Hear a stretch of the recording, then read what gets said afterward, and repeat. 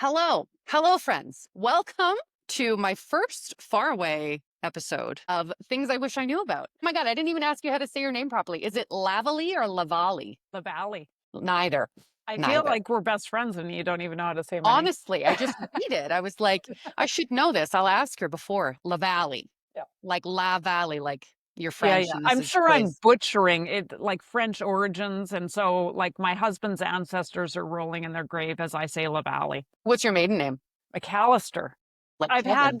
It's funny because we're talking about finances and divorce, and I've Yeah. had four last names for the four men in my life. Oh my God. Right? Imagine. We'll Don't talk do about it. it. Okay. Don't change your name. I We'll get into it. Guys, welcome. Welcome to this episode. You know what? I didn't even name this one. So we're going to call this Things I Wish I Knew About, I guess, Finances and Divorce with Kelly, because this is, unfortunately and fortunately, your specialty. That's You've right. written some Lucky books me. about it. Yeah. So Kelly and I have never met in real life, but we are internet friends. See, I know one day I'll head west or you'll head east and then we'll hang out in real life. I'm startlingly tall. When you see me, you'll be shocked, but I know. I'm excited. I'm startlingly short. So.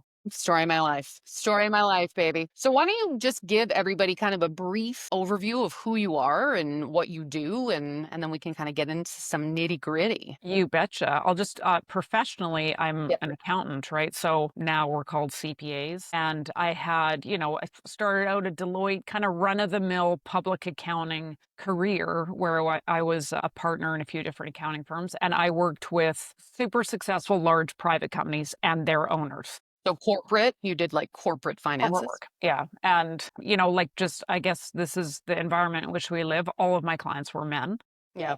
which is fine, neither here nor there. But what I noticed is when my clients would get divorced, us professional advisors would continue to work with the company and the dude. And this doesn't really, it's not about gender something, but this is the reality in which we live, right? And their wife was now negotiating probably the biggest business deal of her life. She lost her professional advisory team and she was now like counterparty to someone who was super sophisticated. And so I continued to do corporate work, but I started to work a little bit with these women just because I saw a need. And over the course of a few years, that became my entire practice. So I ended up leaving my accounting firm and starting my own practice, just exclusively working. I called them the like financially disenfranchised party, which happened to always be women, Right. to help them basically navigate the financial part of divorce. But I think what I've come to know working with people and their money for 30 years is it's never just about the money. Like money is just a Yeah. tool to buy and sell stuff. It's nothing. There's no emotion in it. But we wrap a whole bunch more For around it. sure. Especially with divorce. Yeah. Oh yeah, for sure. Like anytime you're going through change, everyone's afraid and then that fear wraps around all the financial issues, right? So the women that you work with, is that corporate or is that personal finances mainly? So, I mean, when you're going through divorce, it's a personal experience, but it encompasses all of the family assets. So, my practice focused exclusively on families that had complex asset bases. Mm. So, like helping people navigate valuing businesses and Right. figuring out how do we divide stuff where we're If all we like, owned a family business, we started a business together. or maybe like our ex has a super successful business and now they have to buy us out of our interest. And so, like, but I was still working with, the kind of like ultra high net worth folks. And what I saw is that there was a broader need guidance in this area. Honestly, I haven't really met many accountants who just exclusively do this work. Obviously, there's plenty of family lawyers who do this work, but it's an uncommon sort of financial practice, right? So that's why I end up writing the book. And what's your book called? It's called Untying the Knot. Here, it's right here. Show me the book. For those of you who can't see that, it's a beautiful pink cover. Look, I kind of Untying the match Knot. it. What a smart niche to get into, you know? What a hole to fill, pun intended. But like legit, because I don't know if it's, I mean, it is 100%. You and I are fairly close to the same age, but it's the season that we're in right now. You know, like me particularly, I am surrounded by uncoupling, you know, Yeah. people who are getting divorced. I feel like everybody kind of got married in high school. That was what you did right out of high school. You married your high school sweetheart or university or whatever. You did this whole check all the boxes, have the family. And then I think in your late 30s, early 40s, whoever the party is, you think, wait a minute, I'm not that person anymore. This Yeah. is not Yeah. what I Yeah. want anymore. Yeah. And then this is where we are. I mean, this is just my personal perspective on divorce. I've been divorced. Welcome to the club. I don't view my marriage that ended in divorce as a failure at all. I think, though, this notion of divorce equals failure makes the business of divorce and the kind of healing through divorce harder because you're coping with this, I'm a failure, we're a failure, we've ruined our family, all those narratives make the whole thing way harder to heal from because you're losing something that of course has some value even if it's the right thing that it's over. And so you're grieving and then you're kind of like abusing yourself with shame and abusing other people in your life with blame. And I think I would love to see us reframe the way we think about divorce, period. Help us all move through it easier. I think for women in particular, I mean, especially if you have a family, there's the guilt of it, right? Like the guilt that you failed at this thing that you were supposed to, you know, rose colored glasses, have this perfect, idyllic marriage and whatever. And then it's the guilt of even people that I know that they are not a match. This is not they're just whatever. It's like you still feel the guilt for leaving and creating this situation that wasn't the original plan, but like, oh my God, what a mess. Yeah, and the guilt creates its own problems. Like you, as someone who, I remarried. I didn't have kids in my first marriage, which made it simpler. Dave, my second husband, had kids from his first marriage. And I would say, so like having kind of a front row seat to what guilt does, even just from a parenting perspective, is the way you parent. Like you kind of lose your clear thinking. It changes the way you relate to your ex, to your new partner. It ends up kind of polluting the rest of your life unless you work your way Trash. through it, It's right? It's trash trash. across the board. Amen. So I'm gonna get divorced. I'm like, man, this is shit. I don't know where to start with my money. Yeah.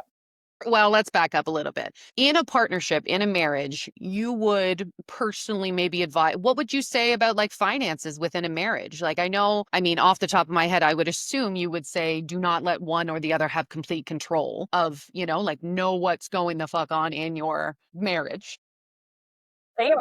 Amen. I would say, right? Like that would be number one, kind of like have an idea of the day to day or the month to month. Let's rewind even further Let's to go back even more. I before like it. you get married. Okay. Okay, perfect. Um, because I get that when you're entering into something, contemplating it not being forever it's difficult, right? Like, I mean, but I would like everyone to consider a prenup or a marriage agreement look, I don't think it has to be the death of romance to cure this because when you cohabitate, depending on your jurisdiction for a year or two, or you get married, you are entering into a legal arrangement. It's just that most people don't know what the hell that arrangement is. All right. Like it is a legal arrangement. Yes, it's a romantic choice. You're building a life together and you're entering into a legal and financial contract with and people get so like a lot of people get triggered at this idea of a prenup or marriage contract or cohab agreement saying like no, this isn't a legal arrangement, but it is. It's just that someone else wrote it like governed by the legislation where you live and it may not fit for you guys like and like an agreement as you head into the relationship about what you would do if for whatever reason it ended. And life is long and complex. It isn't amazing and perfect right now, but it also, let's be somewhat pragmatic to say things shift, right? And things can shift outside your relationship that impact the relationship. So we don't have to, say, wow, this means that we're not a good fit now if we're contemplating having an agreement. But I think sometimes people will believe an agreement heading into the relationship is to protect the more powerful party. So we have this idea of rich person is wanting to protect their wealth from the poor person who they're marrying, for example. And that's not the case. That isn't the case. It could be the exact opposite. It could be to say, hey, party one has a bunch of wealth, party two has no wealth, and we're going to have kids. The law in our area says, hey, if we're only together for 5 years, I'm going to rich dude's going to leave or rich person's going to leave with a bunch of the assets, but maybe you decide we actually want it to be more balanced so that, Mhm. that the other person takes more out of the relationship at the end. So all that an agreement is on the way into a relationship is you saying, we're not going to just adopt the standard legislation in our area. We're going to examine our situation and apply something that we believe is more customized to us.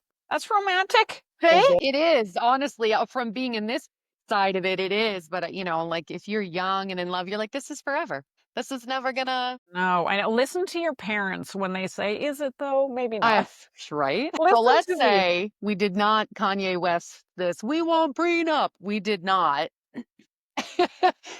Okay, now and so we're that's locked my into a new sales marriage, pitch. And how about like if you're a parent, how about you force your kids to you bribe your right? kids to do it, I'll okay? pay for part of the wedding if you Right? You'll thank me later. So, listen. If you don't get divorced, this is all for naught. right? And That's irrelevant actually the other great thing about it is it gets you talking about money, for sure. which as an Money's accountant, I love that. so tricky. For me, it's a big trigger just because we didn't grow up with money. So it's like it's got such a oh, it's so difficult to get past my kind of like money mindset from youth. It's tricky. You enter a marriage or a relationship with your parents' ideas, like how you grew up. It's a lot. Right. And so I mean, to me, if you find it hard to talk about money, that means even more you need to talk about money Totally. because Totally. we want to move out of this kind of unconscious incompetence of like, I'm getting triggered. I don't really know why. I have the sense of scarcity, or Mhm. you stress me out when you say, let's take a, extravagant trip, or I don't know why you care about that I want to have 100 pairs of shoes. If you find it hard to talk about, Yeah, you really have to talk about it. for sure. Okay, so now we're in the marriage. We've entered We're into an in it. agreement, We're in it. and now we're in it. We're in And it to win it. I mean, I think one of the great things about being in a marriage or relationship is that you get to kind of divide and conquer and focus on what you love and your strengths and trade theory, right? Mhm. And so it's normal that one person might have a bigger role in terms of managing family finances, and that's fine. Like one of you might be better at it than the Right. other, right? I think the key is it can't be one of the areas where you totally abdicate to one Right. person. Like, think of it like raising kids. Like, yes, maybe there's one of you stays Primary. home with Yeah. the kids, right? But the other person would never say, I'm totally hands off here. Mhm. That wouldn't make sense. It's too big. It's too big a topic. And again, coming back to like, we don't know what life holds. I mean, my husband died, Yeah, divorce happens, disability happens, like for mental sure. capacity can diminish. And to me, and this again, like, this is why money is surrounded by so many other issues, but maintaining your ability to be independent while you're in the relationship, to me, improves the relationship. Can you expand on that? What do you mean? Yeah, like if you're and this is just my personal perspective, this is not truth. This is just my belief that It's my truth, Kelly. when you are somewhere from a place of free will, active choice, you don't need to be there. There's a power in that. You're so much more invested in it because you could leave. I mean, that sounds like No, no, no, no, no. You're contradiction, choosing right? But for sure. this ability to survive, like, the end of the relationship well, also to me improves the relationship because as soon as you feel like you can't leave, even if Mm, you don't want to leave, but sure. as soon as you feel like you can't, I don't know, maybe this is a me thing, No, no, no. I Wow, it's start to amazing too. feel the constraint of that. Like, how do I know in my soul that I'm here from a place of freedom? Because I can't leave. Like, if you feel like you're in a job because you need the paycheck, are you even really free to love that job, right? Yeah. And if you didn't need the paycheck, you might realize that you loved it. But so to me, all the things that you need to survive the end of the relationship are good while you're in the relationship because you maintain this conviction that you're here from a place of freedom. And I think a balance of power in a relationship, and it can be different types of power, it's juicier. Yeah. Okay. If you have a huge imbalance of power, I don't know. I don't think that brings out the best in any of Mhm. us, honestly. So, for all these reasons, I'm passionate about the idea of you retaining, like not abdicating entirely in this area. So, that means big decisions should be made by both of you. For And you sure. should have enough information that you make those choices from an informed position, right? Like, I would say level of debt is Yeah. one of those areas, Be right? aware, both of you. An understanding of what is the total income that's coming into the household? Hmm. What are our total expenses? Yeah. What are our priorities around planning for retirement? What do we think about, like, do we care about leaving anything to our kids or not? Fuck those guys, you know? Get Amen. out of here. Get out of here. Amen. You're on your own. 30 years is enough. It's time to move out. So I think, like, when it comes to the day to day, is it important that, y'all are paying the bills together? I don't think so. Right. I do think that, like, you should know your passwords, be able to get on Right. your online banking, but when it comes to the day to day, I don't think it's realistic to say, "Oh, no, both people should know all of the day to day." No. But maybe every couple of months sit down and kind of see where we're at. Yeah, like, when Dave and I were first married. Was he an accountant as well? No, he's a Okay. lawyer, and he didn't give 2 craps about any of the like, do as I say, not as I do. Welcome to being married to an accountant. Yeah. And I would do detailed reporting on a monthly basis, and I would make them sit down, and we'd go through the detailed reporting. We had a budget, comparing actual to budget. How did, like, you spent an extra $30 on clothes, and that means we have to work an extra week when we're 80. Oh my God. After after a few years of this, um, and he would, like, glaze over, you For know, sure. I realized this makes no sense. This is taking it too damn far, okay? And I stopped tracking every cent, and I still think that doing annual planning, high-level planning, like, what are we hoping to make this year? What are we gonna spend? What does that mean for travel? So having just even a rough annual budget that you go through together, Right. I think, again, is good for the relationship because then you're going to talk through in advance. Like, some people have often in a couple, you're not going to have exactly the same relationship to money or spending patterns. For sure. And so if you have an agreement at the beginning of the year for how it's going to roll, you don't have to have ongoing conflict about Mhm. an approach because you've dealt with it and agreed to it. I got to tell you a funny story. Okay. So Dave and I are doing our annual budget. And we had, like, our shared expenses, and then we each had things that we did. He would take golf trips with his friends, I would get coaching and Botox and whatever, right? And so, I added up what I was spending for my shit and Yeah. what he was spending. I'm like, okay, you were spending more on your stuff, like your separate stuff, than I'm spending on mine. And I said, I'm not sure how I feel about it. And I and he's like, "Okay, okay." I said, I'm just gonna think on it, and then I'd like to talk with you more about it." And then, like, a day or 2 later, I realized, "Oh my god, I forgot this one big thing that I spent on," whatever it was, like, "Oh, shit, I forgot my personal trainer," right? And so I had to go back to him, and I'm like, "Remember when I said that you spend more?" And he says to me, all serious, "I'm just not sure how I feel about that." I'm gonna need some time. I'm gonna Right? need I'm gonna need a few days. I'm gonna come back to you. I'm like, okay, I'm officially a douche. I'm so sorry. That's the best. I had to But you clean the need to have that toilet for a conversation. long time. You're like, "Why don't you you know what? You look tired. Why don't you go and go just out of the kindness of my heart, just have Get at her." your facials,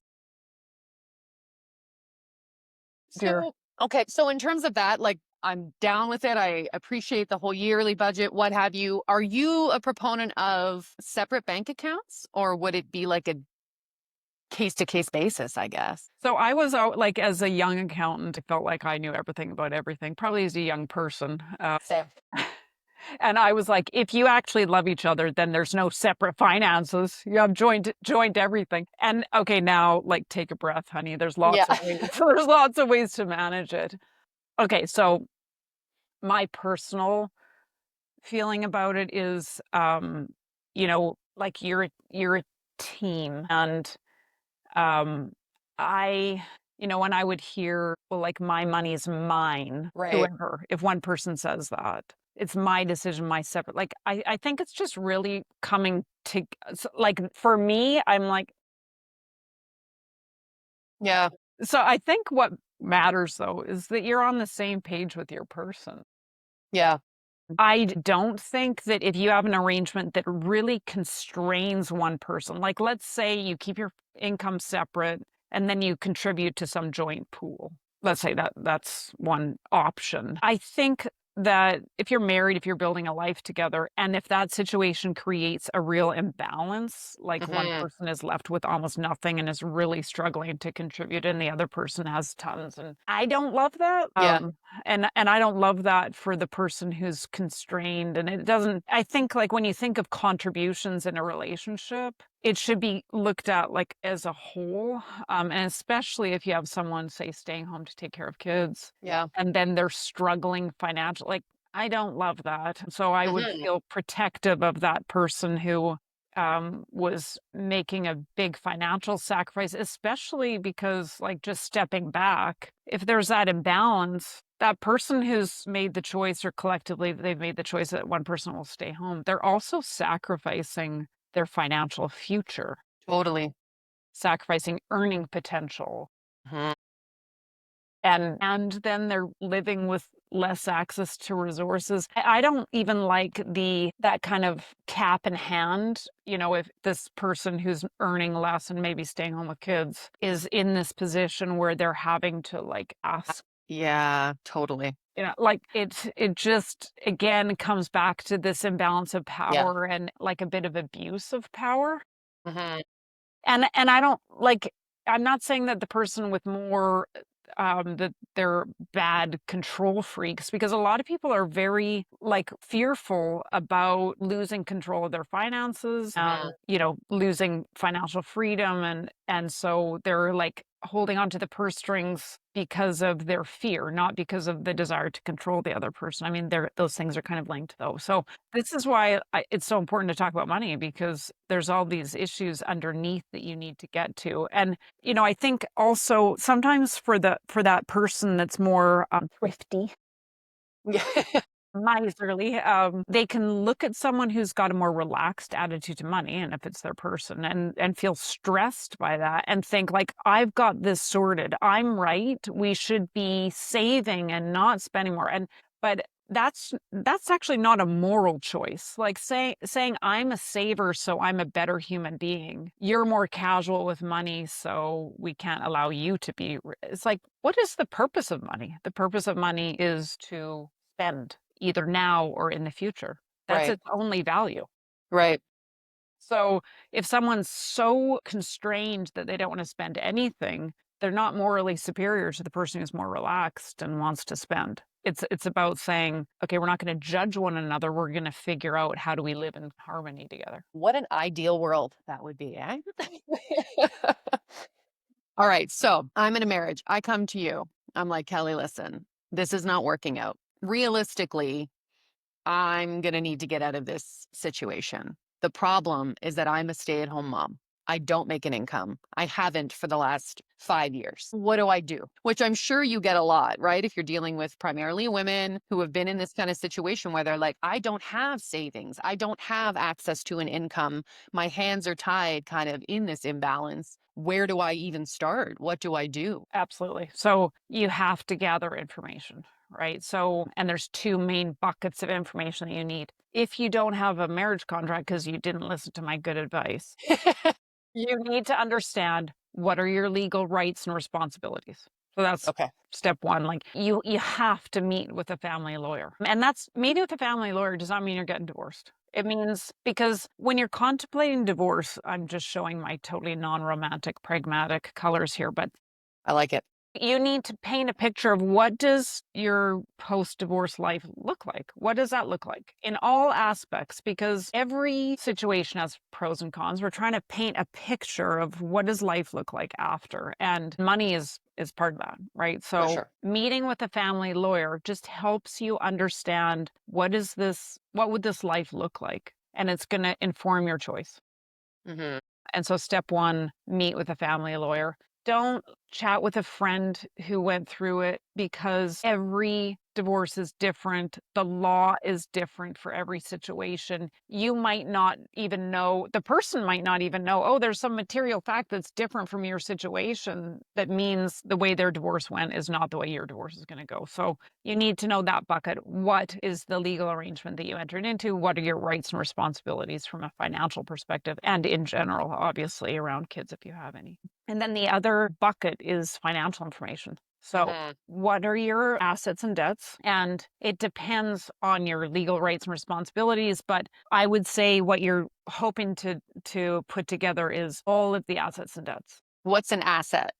Asset is like, your house, cash, it's all the good stuff. It's so Things you could get money for if you liquidated. sure, sure. It's your stuff. Your And that could children. be No. retirement savings, house, car, furniture, although used furniture. Don't worry about that. We're talking Yeah. about the big stuff. Okay. Okay. You know, yeah. So pensions, All of everything. that. Some of it's not easy to find out. And sometimes we want to gather information on our own before we discuss this with our partner. Like we're Hmm. just thinking about it. Maybe we haven't even talked to the person about what we're thinking, right? But so to the extent that you can, now through a legal process, of course, you're going to get all the information. Right. In those early days, you're just looking to paint a bit of a picture. What are all the assets, the good stuff, and the debts, the bad? And people have this kind of false notion that if my name is on something, I have a claim to it. So the house is joint, so I have a claim to that. But he or she owns the pension, so I don't have a claim to that. Mm. The person whose name is on it is totally irrelevant. It does Well, not that's good matter. to know. Okay. And that goes So for debt, unfortunately, it too, does. right? And you don't even have to know about it. Okay. So it goes for like True. that's the good part. Like, oh, they've got like this savings account in the Bahamas and half of that's mine if you can find it. Uh, Yeah. but unfortunately, they also racked up some gambling debts and half of that's yours too. Maybe. Like for all of this, it's a maybe. There are certain, like the law in your area, certain things will be excluded. So let's say you inherited some money because your mom passed away. It's possible that that is going to be separate and you get to keep that. It might be shared, but it might be separate. So this is why you need to understand the law so that you know, like once you have the financial information, what does it mean to you? Okay, Yeah. but step 1 on this financial bucket is what are the assets and debts? So keeping it simple, you kind of assume I'm going to walk away with half of this stuff, right? And we need to understand that because when we're thinking about like, what's my life going to look like? We Hmm. need to know like, is there more debt than assets? Then you're going to be walking away with half that debt. How are you going to handle it? Or are there tons of assets? And it doesn't matter that you don't have a job because you can just invest those assets and live on the interest. Right. So you need to start to build your understanding of what do we have and what do we owe. Right. And then the other thing you need to understand is what do we earn as a family, them and you combined? Like, what do you earn, if anything? And what do we spend? From a financial side, it's those 4 things: assets, the good stuff, what do you own? Debts, the bad stuff, what do you owe? What do you earn each year? And what do you spend? Mm. And that's kind of the starting point. Like when you're contemplating divorce or you're just starting out, one of the terrible things about it is uncertainty. Like your entire life is upended.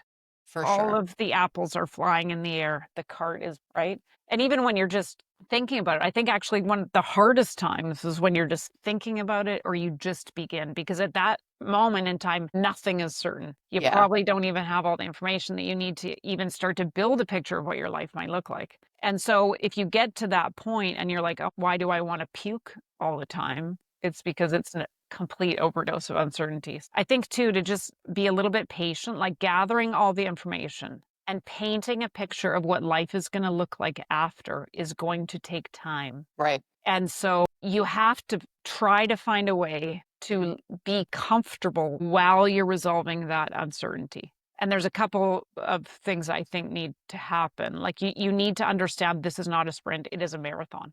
So if you're thinking I'm just going to like hold my breath and gut it out to the end, you can't do that. Like because like especially around the financial side, especially if you're a little older, you're in your 40s, your finances have become incredibly intertwined.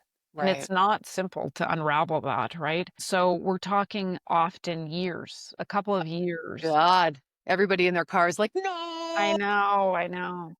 I mean, and if it's complicated, businesses, value, this could be like 3 to 5 years. So Man, you can't think, "I'm just gonna hold my breath, sprint to the finish line." Also, like, when I first started doing divorce work, I was like, "Let's sprint to the finish line because this sucks." But for sure. your thinking around your financial future, your future period will change over these next year or 2, right? So, Yeah. like, making decisions like, one of the things that I think often women and women who are taking care of the kids think is, "I have to keep the family home." Like, the family home represents stability for me, for my kids. Yeah. I'm wrestling with all this uncertainty, and the thought of selling my house is just intolerable to me. And I try to encourage people to say, look, home, stability for your kids. It's you. It's not a piece of real estate. But that feeling of attachment to the home can lead to bad financial decision making because maybe you can't afford it. It's not the right Right. financial choice, or Right. maybe it's overvalued. So buying your ex out of their half is really expensive because the real estate market's high. So it might make more sense from a financial perspective just to sell, just to split it, start over in something that is within your future budget, set it up for you and your kids, because that makes the Exactly. most sense. So I would say like there's sort of like I would say 3 phases: information gathering, and as much as you can, and then figuring out from a financial perspective, a logistical perspective, managing custody. There's this divorcing phase. You're not divorced, you're not married, you're divorcing. Yeah. And be prepared that that phase is it's not going to be measured in days, weeks, maybe even months. It's probably going to be measured in years. Yeah. So figure out what that is going to look like, and then the next phase is divorced. What is that going to look like? And so in this divorcing phase, we're gathering all the information. Like, so we had a Hey, if we preliminary do picture, yearly budget meetings, this is going to be way easier. Way right? easier. You don't Because have to you'll track know. down the hidden accounts. Exactly. You'll know ahead of time. Exactly. And probably, like, you'll make better d financial decisions together, right? So, For often sure. people kind of moderate. You have this sounding board if you're making decisions together, so you'll probably be in a better financial position too if you stay kind of collaborative during your relationship. But I would say too that when you're divorcing, be prepared from a financial perspective that you're gonna be taking steps back. Like, if you feel like, "Oh, we're paying down our mortgage, we've got savings for a rainy day." Like, when you live in your house with your spouse, you don't think about how you own half of it, okay? It feels like it's all yours. Yeah. And now you're splitting up, cutting your family asset base in half, even though you only owned half of it, Yeah. it feels like you're cutting your assets in half. And so that's going to feel like a massive setback. And often in those early days, like the divorcing phase, Yep. you're going to be spending more and earning less. Right. So getting divorced is super distracting. Productivity goes down. Like often, especially if you have your own business, you aren't an employee, but even if you are, you might need to take unpaid time off. Like you're navigating the equivalent of like a terrible illness, right? And so Mhm. Mhm. often family income drops and you're establishing 2 households, I hope. I mean, Yeah. often people have to cohabitate for a while after they've made Yeah. the decision. It's super hard, but ultimately, I hope you're establishing 2 households, so your spending is going up. And so we're in this divorcing phase. You're stressed, you're afraid, you're cutting your assets in half, your income's going down, and your expenses are going up. This is not a soothing time. But at No. least if you know this is the rainy day, do not expect that you're going to be taking some steps back financially and take comfort in you're going to rebuild when this is done, when the dust is settled. Right. And be in a far better position ideally, right? Kinda Right? going You're gonna forward. be in charge of your own financial ship and, like, truly, even though it's hard to contemplate when you're right in the middle, but you're probably gonna re-partner, you Never know? again, you'll never love again. You're gonna get their half of, you know That's it's all true. gonna work out, It did for us. right? And now, I mean, you again, but that's a whole other can of worms. Take Right. 3. Take 3. So if women come to you and they're like, "I don't have anything. I've done what you've said. I've sat down with her, whatever, whatever." How do they even go about paying for a lawyer? Yeah, How yeah. does or you? How do they pay for you? Yes. So there's short-term challenge, right? So in the long term, in pretty much every jurisdiction in North America, if you have been in a relationship for years, you've maybe stopped working and you've raised kids, you have a financial entitlement. I don't care if your name isn't on anything and you haven't made a single cent during your marriage, you have a financial entitlement. So in the long run, you're going to have a claim for support, spousal and or child support. You're going to get some of the assets that you've built up in the relationship. That's not super helpful in this In immediate the short, term, yeah. right? When you maybe your partner's not going to take the news well, you're going to have to be buying groceries, you're going to have to be paying lawyers and maybe an accountant. And so, um, if you don't have access to any of the family finances, unfortunately, we're in this situation of like going to friends and family, Yeah. trying to access if you have borrowing capacity that has your name on it. If you have access to family cash, it's about claiming that access to resources immediately. Is one partner responsible for paying for the other? Like my husband makes all the money, let's say. Does he have to pay for my lawyer? It depends, Possibly. and it's not something that gets resolved right away. And so this is Oh the man, problem, yeah. right? Yeah. Like, if you think about any aspect of the justice system, we like to think that in the end it works, but Mhm. the timeline itself creates injustices. Yeah. And in Canada, the family law situation is no different.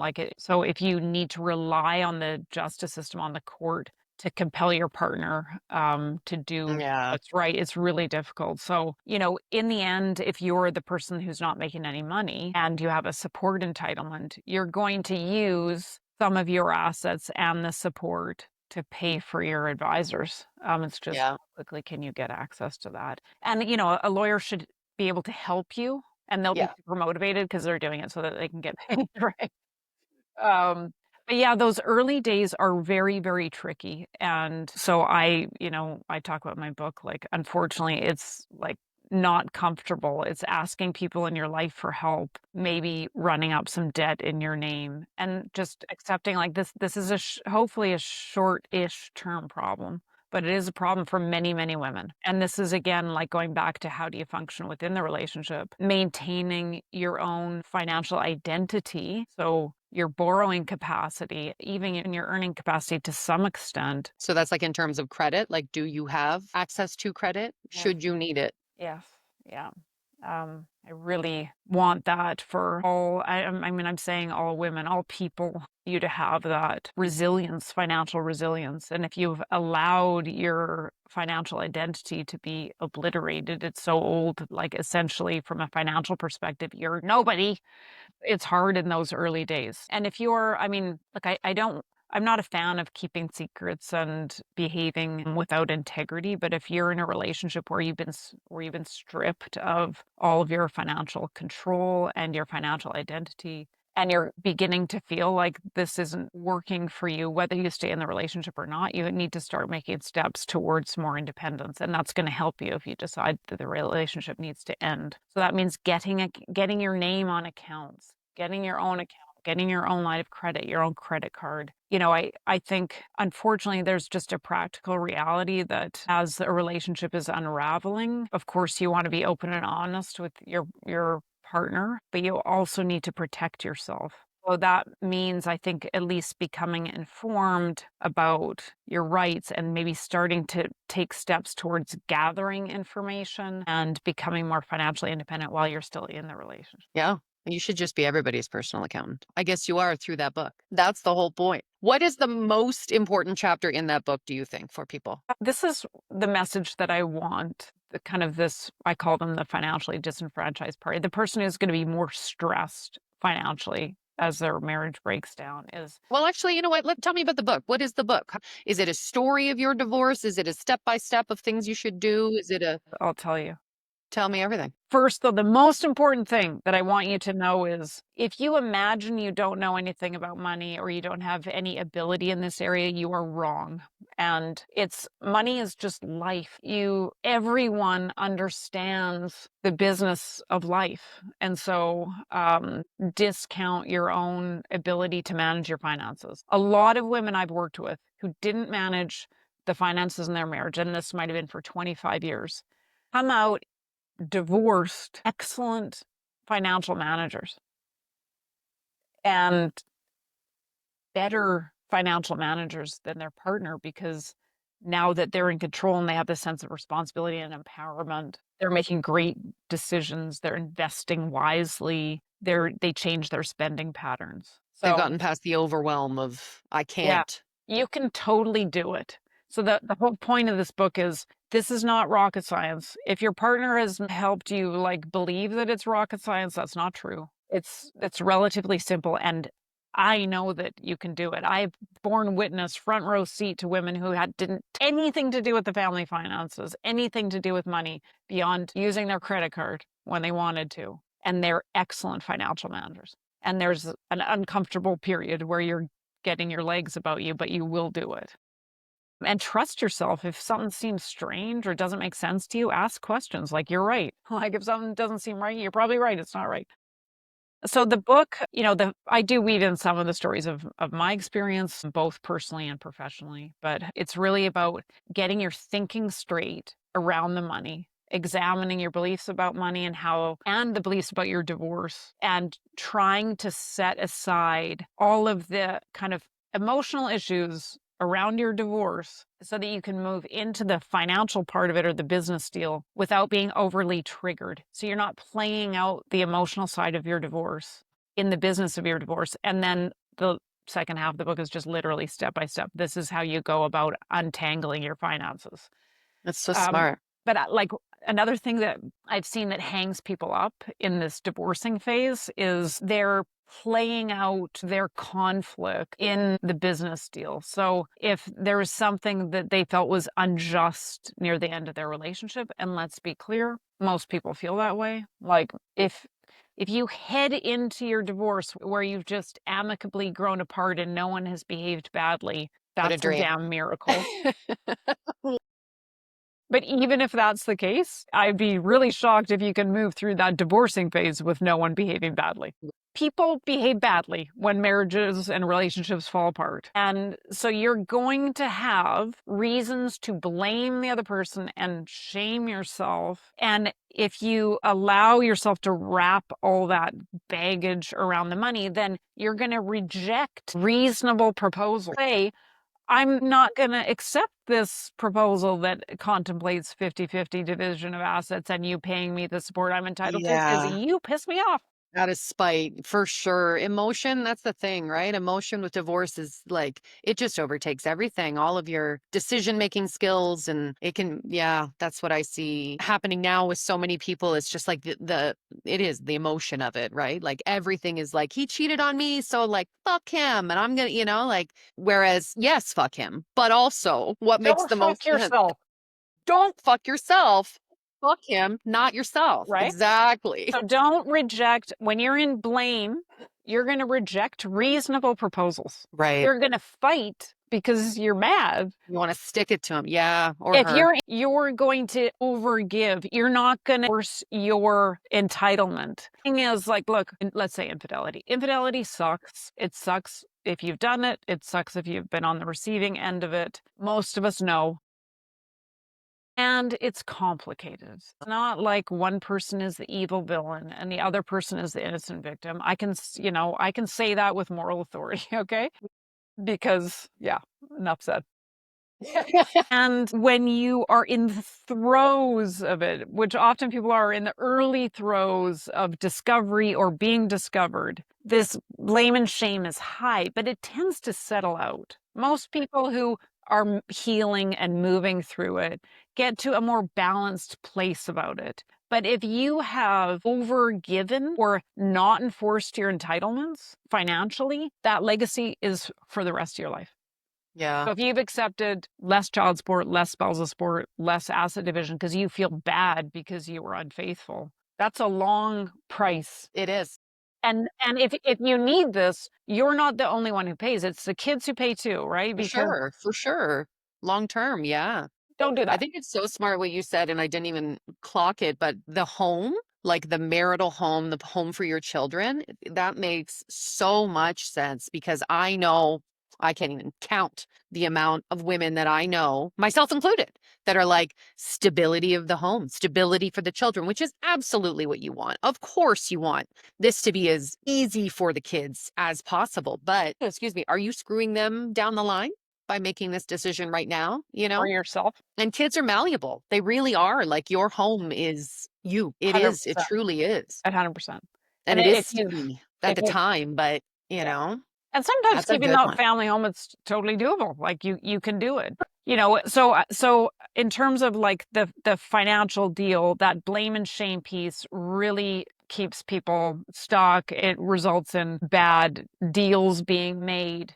The other thing is you're in the process of letting go of someone, right? Mhm, And mhm. even if it's the right decision, that's hard. And so Yeah, there's sometimes people will prolong this divorcing phase, the financial deal, because they're hanging on to a connection. right. And It even is if it's grief, right? forever. You're grieving something, and that's hard no matter what Yeah. So and don't expensive. prolong the relationship by prolonging the business deal. Like, this is a bad strategy for intimacy, right? So ditch the blame and shame. Don't hang on to the person by like extending the negotiation. Often too, like there's a power dynamic in the relationship that bleeds over into the business deal. So if you have someone who's deferred financially, that person needs to get up to speed quickly because they need to start making decisions on their own, or they're really vulnerable to allowing the person that had more power and so probably has more access to financial information and probably more earning capacity. Like those things all go hand in hand. The person that's become accustomed to deferring, sorry, but you need to like pedal to the metal to break that habit. Mhm. And it's reasonable for you to get support while you're doing that, your accountant, your lawyer. But another thing that I've noticed as a professional in these situations where I'm working exclusively with the person who has to get up to speed Yeah, is I don't want you to just replace relying on your partner to relying on your professionals. You have to take their advice, like listen to their information and make your own decisions. You're in charge. So you right. can't just transfer the person to like to relying on someone else. You have to reclaim that power yourself. And all these things take time. So you don't have the luxury of saying, I'm going to get all of my emotional baggage dealt with, and then Yeah. I'm going to start the business deal, right? And so, in part, it's like freaking compartmentalize Yeah. and be aware that you're at risk of bringing your baggage into the business deal. And I guarantee you, if you do that, you will get a worse deal. And it might just be because you're paying your lawyer way too much because you're in fight Yeah. mode. Right? Oh my gosh, you must see thousands upon thousands wasted in letters and emails for what? Right. For Yeah. Yeah. what? Yeah. At the end of the day, like, thank God you spent that 12,000 because you got the dresser. Like, Totally. Totally. I think another thing that I've seen that I would love people to like be aware of and vigilant against is my ex is taking an unreasonable position. So I'm going to school them by being yeah, unreasonable back. And then totally. they're going to see, oh, I'm unreasonable. So For I'll be sure. reasonable. That's not how it works.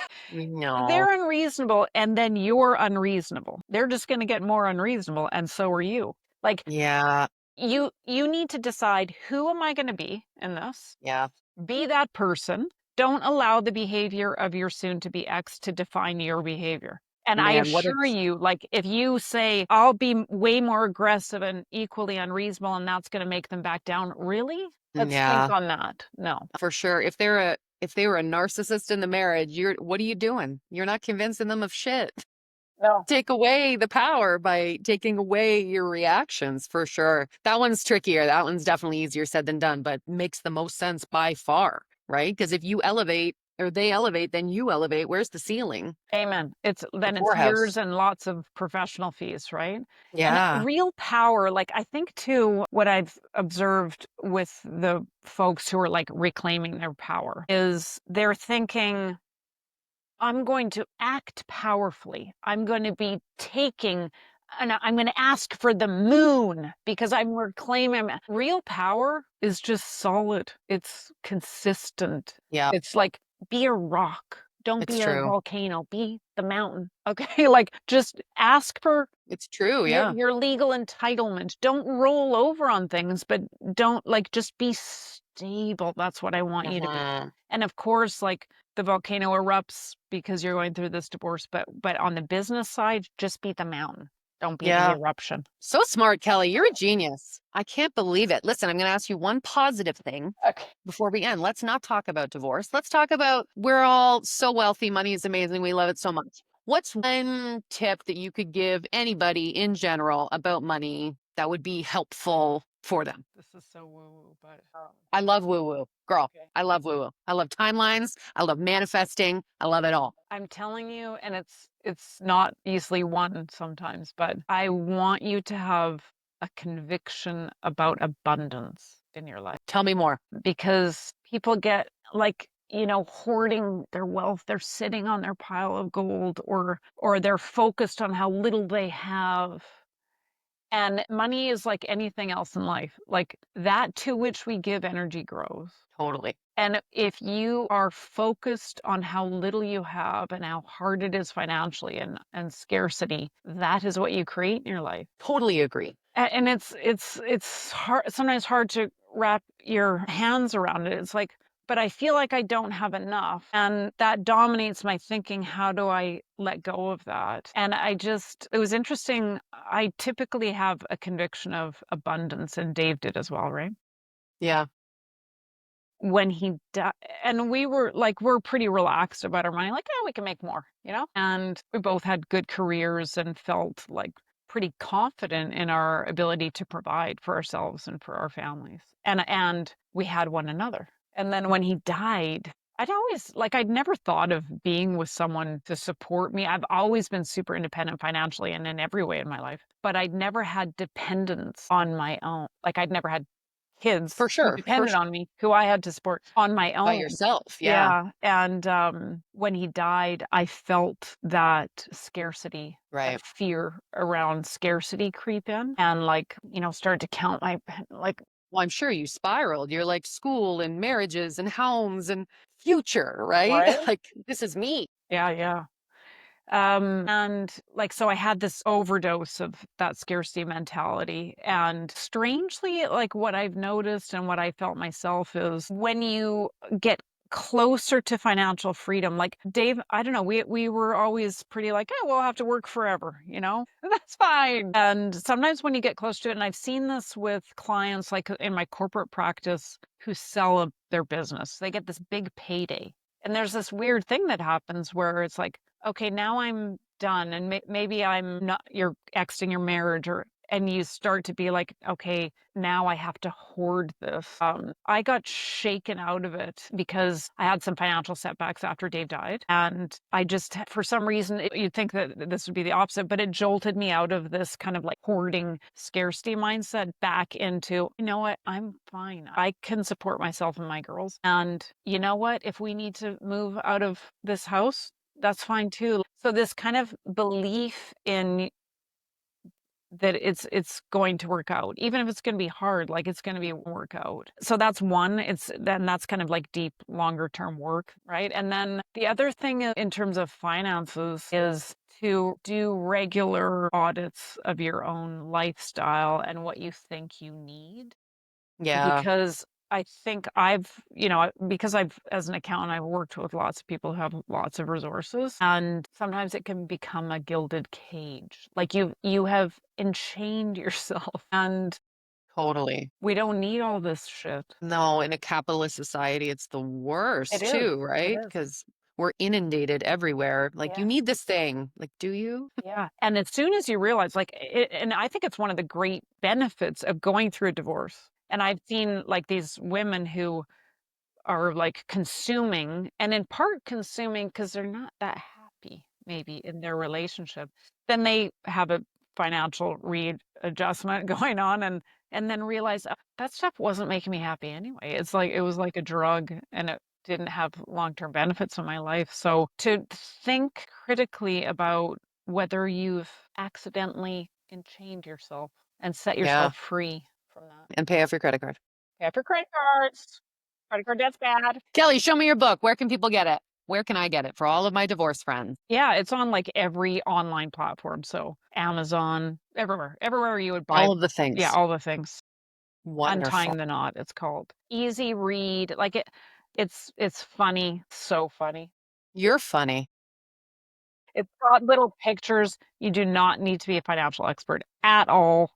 Um, But you can just increase your financial literacy, which I think honestly totally. Yeah. everybody should be able to do, should do. I love it. You're the best. You're Thank you. I can't listen. Next time we're going to talk about all your hiking and your fitness and your, I don't even know what else. Yeah. All the All of it. stuff. Your life the next time. You're gonna teach me how Thank to you. cook. That's what's gonna happen. I'll do it. Deal. My cousins are in BC. Next time we go out there, fun things I wish I knew about. Now you know.